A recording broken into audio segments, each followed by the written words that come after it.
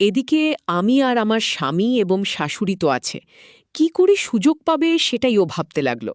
তখন সকাল 10টা বাজতে চলছে। হঠাৎ ও শুনতে পেল আমার শাশুড়ির কান্না। ও এবার দেখতে ওপরে আসলো, এসে শুনতে পেল আমার শাশুড়ির ছোট বোন খুব অসুস্থ, তাকে হাসপাতালে ভর্তি করাতে নিয়ে গেছে। আমার বর বলল, চলো আমরা সবাই গিয়ে দেখে আসি। আমি বললাম, আমি যাব না, আমার ভালো লাগছে না। আমার বর বলল, ঠিক আছে, আমি আর মা গিয়ে দেখে আসি, তুমি বাসায় থাকো। এবার আমার ছেলেটা যে ধরল সেও যাবে। অবশেষে আমার বর, শাশুড়ি আর আমার ছেলেটাকে নিয়ে ওরা চলে গেল। আর যাবার সময় আমার বর দেবনাথকে বলে গেল, তোমার বৌদি একা থাকবে, একটু দেখিও। ও মনে মনে হাসল আর বলল, বিড়ালটাকে শুটকির পাহারায় দিয়ে গেলে। ও আর কিছু না বলে নিচে চলে গেল, কারণ ওকে রান্না করতে হবে, যেহেতু ওর মা আর বোন নেই।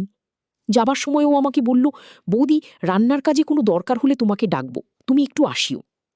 30 মিনিট পর আমি জল নিতে গেলাম। জলধারা থেকে জল নিই। প্রত্যেক বাড়িতেই আমি ওকে ডেকে জল নিয়ে যেতে বললাম। ও এবার জল নিতে বালতি নিয়ে আসলো। আমি জল নিচ্ছি আর ও দাঁড়িয়ে রইল। এমন সময় আমি ওকে বললাম, তুমি কি রান্না শুরু করে দিয়েছ? ও বলল, না গো, এখন শুরু করব, জলটা আগে নিয়ে যাই। আমি বললাম, তোমাকে আর রান্না করতে হবে না, আমি দুজনের জন্য রান্না করতেছি। ও এবার একটু ন্যাকামো করে বলল, না থাক, আমি রান্না করে নিব। আমি ওর ন্যাকামো বুঝতে না পেরে বললাম, না, আমি করব বললাম তো। ও বলল, ওকে ঠিক আছে, তাই হবে, থ্যাংক ইউ। আমি একটা মিষ্টি হাসি দিয়ে জল নিয়ে চলে আসলাম। ও এবার ভাবতে লাগলো কি করে আমাকে রাজি করাবে। সাহস করে কিছু বলতে পারছে না, যদি আমি কাউকে বলে দিই। ও ভাবল, এখন কি করা যায়? কিছু তো একটা করতে হবে। ঘণ্টাখানেক পর আমি ওকে ডাক দিলাম। ও বিড়ালের মতো ছুটে আসলো। এসে দেখল আমি এখনো রান্নাঘরে রান্না করছি। এদিকে খুব গরম পড়েছিল, তাই আমি ঘেমে গিয়েছিলাম। ও বুঝতে পারল ভিতরে কিছু পড়িনি, কারণ ঘেমে গিয়ে ফুটে উঠেছে। ওর মনে হলো এখনই জড়িয়ে ধরে আপেল। এইসব ভেবে ওর শরীর যেন নড়ে উঠল। এদিকে আমি রান্নার কাজে ব্যস্ত। আমি বললাম, আমাকে একটু গুঁড়া মরিচ এনে দাও তো। ও আমার কথার আজ্ঞাবহ হয়ে ওদের রান্নাঘর থেকে মরিচ এনে দিল।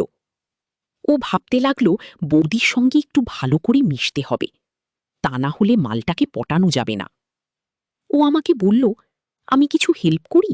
আমার একা একা বসে থাকতে ভালো লাগছে না, বলো কি করতে হবে। আমি বললাম, কি আর করবে, এখানে দাঁড়িয়ে দাঁড়িয়ে গল্প করো। আমি রান্না করতে থাকলাম আর ও গল্প করা আরম্ভ করল। ও কথা বলতে বলতে আমার দিকে বারবার দেখতে লাগল, আর ওর মন ধীরে ধীরে আকৃষ্ট হতে থাকল। ও একটা কোয়ার্টার পড়েছিল, ভিতরে কিছু ছিল না, তাই ওটা যে বড় হচ্ছে তা বোঝা যাচ্ছে। ওর মনে হলো মাগিকে এক্ষুনি কিস দিতে আরম্ভ করি। আমি ওকে বললাম, একটা ছোট্ট কড়াই নামিয়ে দাও তো রান্নাঘরে সানসেট থেকে। আমি একটা টুল এনে দিয়ে বললাম, এইটাতে উঠে নামিয়ে দাও। ও বলল, তুমি চুলটা ধরো, তুমি চুলটা একটু ধরো, আমি উঠছি। আমি এবার টুলটা ধরলাম। দেবনাথ টুলে উঠল। টুলে উঠার সঙ্গে সঙ্গে যন্ত্রটা ঠিক আমার মুখের সামনে চলে এলো। আমার এবার চোখ পড়ল ওর দিকে। ও উপর থেকে আপেল ভালোভাবে দেখতে পাচ্ছি। আমি ওকে বললাম, পেলে কড়াইটা? ও ইচ্ছা করে বলল, না গো। আমি বললাম, ভালো করে দেখো, ওখানেই তো আছি। ও খুঁজার ভান করে আমার মুখে ঠেকিয়ে ধরল। আমি গন্ধ শুকলাম, তারপর মুখটা সরিয়ে নিলাম। ও এবার কড়াইটা নামিয়ে দিল। তারপর খানিকটা গল্প করে ও স্নানে যাবে। আমাকে জিজ্ঞাসা করল, তোমার স্নান হয়েছে? আমি বললাম, হ্যাঁ, তুমি স্নান করে এসো, আর ভালো করে সাবান মেখে নিও। ও এবার ঠিকমতো বুঝতে পারল আমি কেন এই কথা বললাম। ও দেরি না করে স্নান করতে চলে গেল। আমি এদিকে রান্নার কাজ প্রায় শেষ করে নিলাম। ও স্নান করতে করতে আমাকে ভেবে একবার হাতের কাজ ছেড়ে দিল। প্রায় 1 ঘন্টা পর বাথরুম থেকে বেরিয়ে এলো। আমি বললাম, বাবা, এতক্ষণ লাগে পুরুষ মানুষের স্নান করতে? স্নান করেছিলি নাকি অন্য কিছু করেছিলি? ও বলল, অন্য কিছু বলতে? আমি বললাম, ইস নেকা, অন্য কিছু মানে আবার বলে দিতে হবে নাকি? ও এবার আরও সাহস পেয়েও গেল। দেবনাথ বলল, কি আর করব বল, আমার তো আর তোমার মতো সুন্দরী বউ নেই। আমি বললাম, কেন, গার্লফ্রেন্ড নেই? ও হতাশার সুরে বলল, না গো, আগে ছিল, এখন নেই। আমি বললাম, ও আচ্ছা, রান্না হয়েছে, এখন খেয়ে নাও। এবার আমরা দুজনেই একসাথে খেতে বসলাম। খাওয়া শেষ করে আমি বললাম, তুমি একটুখানি আমার ঘরে গিয়ে বসো, আমি আসতেছি। ও আর কিছু না বলে সোজা আমার রুমে গিয়ে বসল। কিছু সময় পরে আমি এসে সব জানালা দরজা বন্ধ করে দিলাম। ও বলল, সব বন্ধ করছো কেন বৌদি?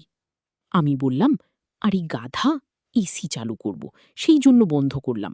দেখছো না আজ খুব গরম। তারপর আমরা খাটে পাশাপাশি বসে কথা বলতে লাগলাম। হঠাৎ ও আমার সংসারের কথা জিজ্ঞেস করতে লাগল। আমি বললাম, এই সংসারে কেউ আমাকে সোহাগ করে না, আমার আর ইচ্ছে করে না। ও বলল, বৌদি, এসব কি উল্টোপাল্টা বলছো? তোমাকে দেখলে তো মনে হয় না তুমি এত কষ্টে থাকো। আমি বললাম, আসলে তুমি তো শুধু উপরেরটা দেখো, ভিতরের খবর তো জানো না। ও বলল, কেন, কি হয়েছে? তোমাকে কেন ভালোবাসে না? তুমি তো দেখতে বেশ সুন্দরী। আর কাম কি, এত সুন্দর ফিগারের মেয়ে হয়েও দাদা তোমাকে ভালোবাসে না? আমি বললাম, আসলে আমার পরিবার তেমন একটা উঁচু মানে নয়, তাই ওরা একটু আমাকে অন্যরকম চোখে দেখে।